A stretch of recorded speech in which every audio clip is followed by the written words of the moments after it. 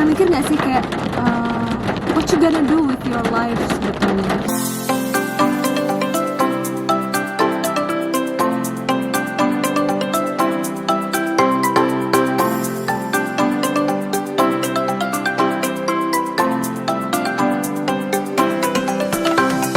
Kayak udah usia segini, like I'm not young anymore, I'm not a girl anymore, I'm an adult woman, 32 years old, dan gue kayak masih ngerasa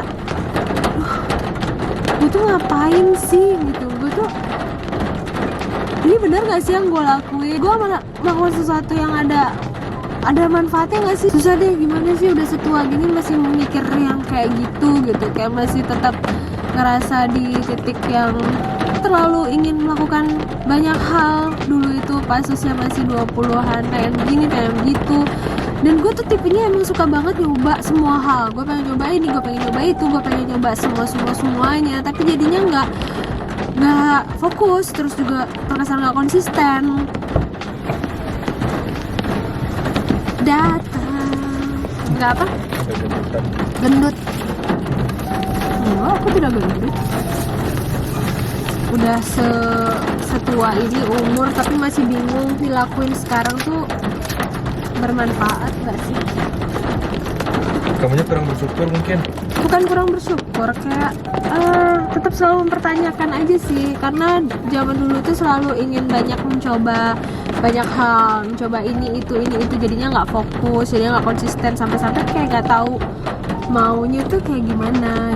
Gue udah ngerjain apa sih gitu ya? Kayak iya, udah ngerjain apa sih, kayak kalau quarter life crisis gitu loh, kalau kita umur 25 tahunan kita kayak bingung sendiri, depresi sendiri, kayak udah melakukan apa di usia yang sejauh ini, apakah ini signifikan gitu. Kan kamu udah ngerjain banyak hal, katanya kamu udah nyobain banyak hal kan tadi.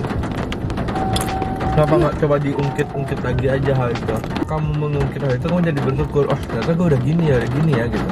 Tapi kan banyak orang yang nggak punya pengalaman sekaya kamu.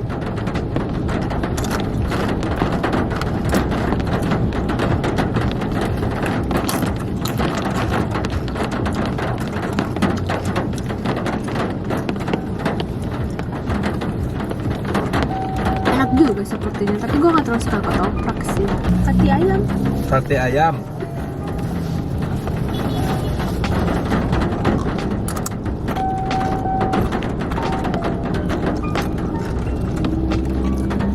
Terus salad with peanut sauce, apa? Pical.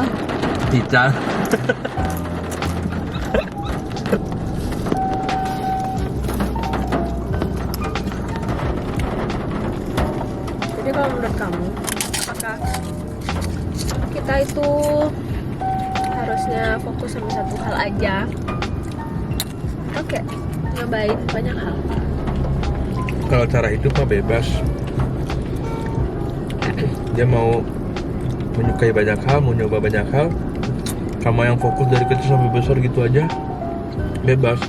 Tergantung bagaimana cara dia nanti menyikapi. Ini ada orang yang dia suka ngerjain satu hal aja, tapi suka iri sama orang yang suka ngerjain banyak hal. Nah, masalahnya di situ.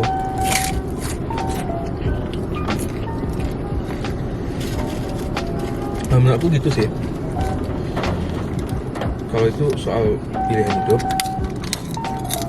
mending bersyukur aja bahwa kita sudah melalui hidup sejauh ini dan baik-baik saja. Ya ada benernya sih, kalau kita pandai bersyukur sama apa yang kita punya, emang kayak kita lebih tenang aja sih gitu menjalani hidup sebetulnya. Cuman tadi kurang apa ya, kurang berkembang, apa kurang ambisi gitu loh, kayak slow banget. Atau emang lebih enak hidup itu slow aja? Ambisi itu tercipta karena apa?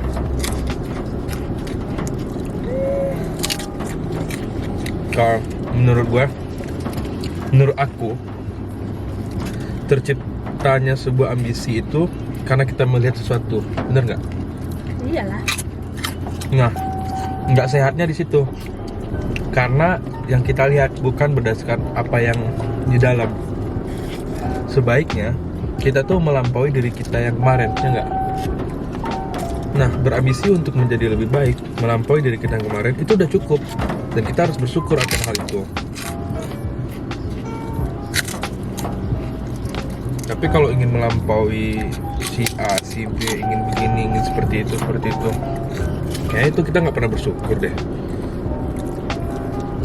Tapi di era sosial media yang lagi nggak bisa dibendung kayak sekarang, kita tuh kayak selalu ngerasa hidup kita tiba-tiba jadi nggak baik-baik aja dengan melihat instastory orang lain. Padahal kalau kita dengan atau tanpa kehidupan orang tersebut, hidup kita juga yang ya begini aja gitu, nggak akan terpengaruh amat juga gitu. Tapi tiba-tiba kayak ngerasa, aduh kok hidup gue nggak baik-baik aja ya gitu.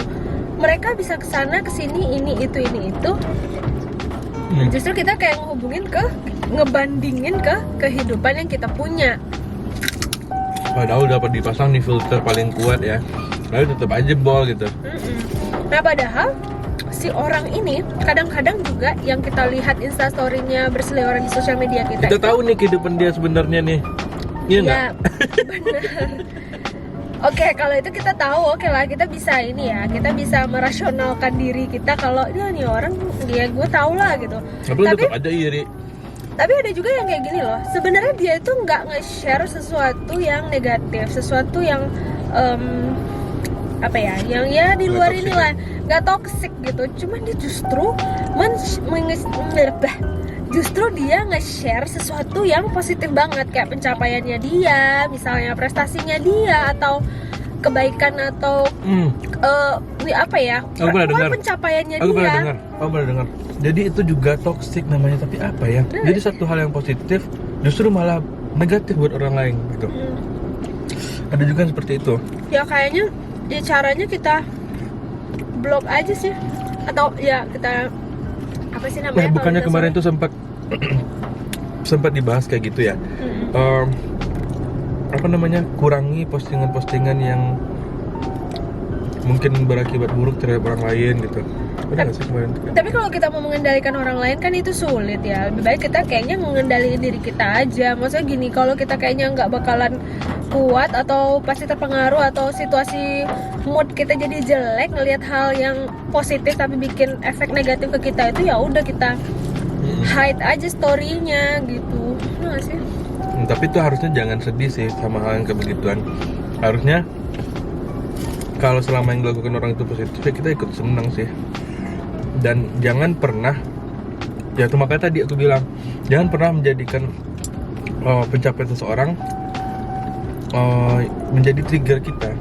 Trigger kita ya dari kita yang kemarin. Misalnya kemarin kamu ngedit videonya masih 30 menit, ambisiin besok jadi 15 menit gitu.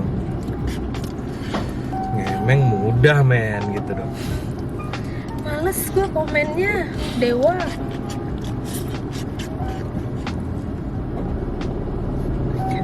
Lagi mendengar suara merdu kita. Nah, habis ini dia makan apa lagi nih? Coba kita pikirin ya. Enak nih kayak gini nih. Itu berapa? 17.000. Mahal amat. Tahu? Itu doang, bukannya biasa 10.000 ya? Hah? 12 lah gitu paling mahal. Enggak. Yang di Jati?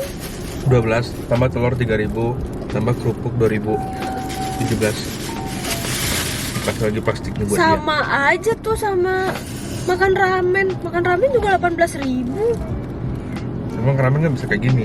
Bisa bungkus. Ya bisa lah bungkus. Apa mau ngomong apa? Udah, kamu memang salah. Kadang selalu ngerasa down juga sih ngelihat apa yang ada berseliweran di sosial media, merasa insecure sama diri sendiri, sama keadaan, sama pencapaian yang gue punya. Kalau dibanding-bandingin sama orang lain gitu, gue jadi insecure sendiri. Duh, gue kok kayaknya jauh banget ya gitu dibandingin orang-orang gitu. Secara ini di channel ya, jadi harus ngomong nih gue loh gitu. Kepalanya nggak kelihatan. Nggak takut. Ini aja, pipinya aja. Nah, gini. Kira-kira cakep nggak kalau kayak gini? Ini ketebalan. Tetap kelihatan. Atau Otaknya nggak ada, anak tidur tawa tiwi. Oke. Apa tadi ngomongin apa? Gimana Oh, iya. ngedit YouTube, ngedit video buat YouTube-nya? Seruan mana sendiri apa dieditin orang? Oh jelas, jelas lebih seru kalau bisa ngedit sendiri. Kenapa? Karena kita tuh paling tahu si orang yang lagi punya channel ini, dia yang paling tahu penekanan di mana, keseruan di mana, intonasinya bagaimana, terus naik turun klimaks dan anti klimaksnya di mana. Kita bisa kasih efek-efeknya seperti apa tuh lebih akurat aja, lebih tepat aja, terus lebih dapet aja feel-nya gitu. Cuman ya rempong aja sih, bukan rempong kayak ya kita yang bikin skrip, kita yang research, kita yang nyari temanya, kita yang nge-shoot sendiri, kita yang ngomong sendiri, kita yang ngedit, kita yang ngupload. Berarti artinya menurut lo YouTuber itu harus bisa ngedit? Kalau masih kere kayak gue gini, belum ada penghasilan apa-apa, ya iya. Sebaiknya bisa ngedit sendiri. Harus bisa ngedit sendiri. Tapi kalau lo bisa bayar orang secara profesional, atau at least meskipun nggak bayarannya profesional, tapi lo bisa bayar seseorang buat ngeditin dan dia memang mampu di situ dan itu memang skillnya dia, wah itu bagus banget. Siapa tahu itu bisa jadi ngangkat hasil video lu kan, gitu, bisa ngangkat hasilnya. Nah, Terus tapi kan kalau kita ngeditin sama orang, tentunya kita nggak bisa kayak terlalu apa ya, kayak make garpu lah. Enakan mana pakai garpu daripada pakai tangan sendiri. Makan bener. Tapi kalau kita udah punya storyboard, kita udah punya perencanaan yang matang, video kita tuh mau diedit seperti apa, udah tahu dari awal sebelum video itu dibuat kita mau jadiin hasilnya nanti kayak gimana, itu gampang sih kita komunikasi sama editornya kalau menurut gue. Tapi kalau kita kayak random aja, terus kita berarti gini dong, kalau kita editornya sendiri, kita mungkin bisa skip di perencanaannya tadi, storyboardnya tadi, karena kita bakal ngerjain sendiri. ya, Sedangkan salah kalau pakai satunya. editor kita harus mikirin dulu perencanaan, storyboard, hingga nanti menjelaskan ke editornya lebih mudah gitu. Ya, Tapi bener. bukankah masih tetap perlu storyboard kan? Meskipun kita ngedit sendiri, kita ntar jadi bingung dong kalau nggak ada storyboardnya. Bener sih, kalau misalnya kita ngedit sendiri, kita nge-shoot sendiri, tetap perlu perencanaan, tetap banget. Cuma kalau kita memang nggak bisa ngedit, kita mau melakukan hal lain, ya kenapa kita nggak bayar orang gitu loh? Kita mau ngerjain sesuatu yang lain, oke. ya nggak apa-apa, kita kasihin ke profesional, tuh kita mampu gitu loh. Oke. Ya mau jualan editor gitu loh, gimana sih? Lebih proper ngedit sendiri apa ngedit pakai editor?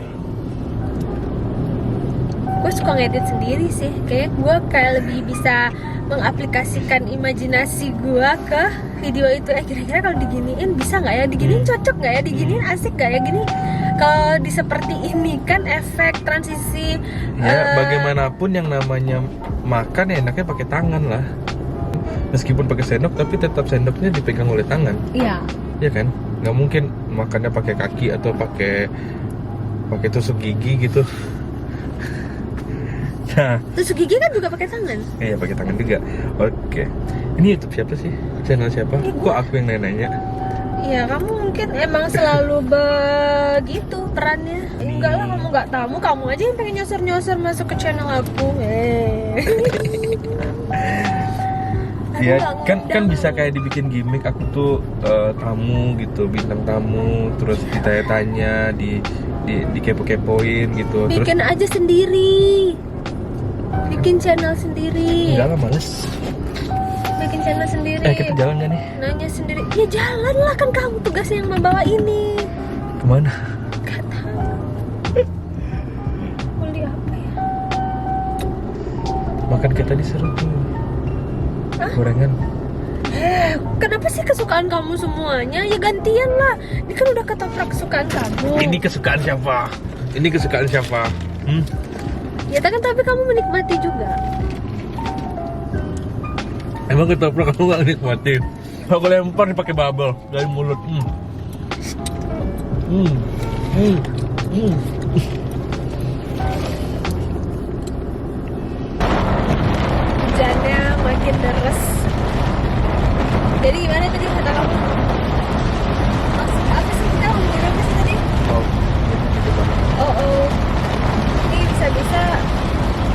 kita banjir. Rumah kita banjir ini guys.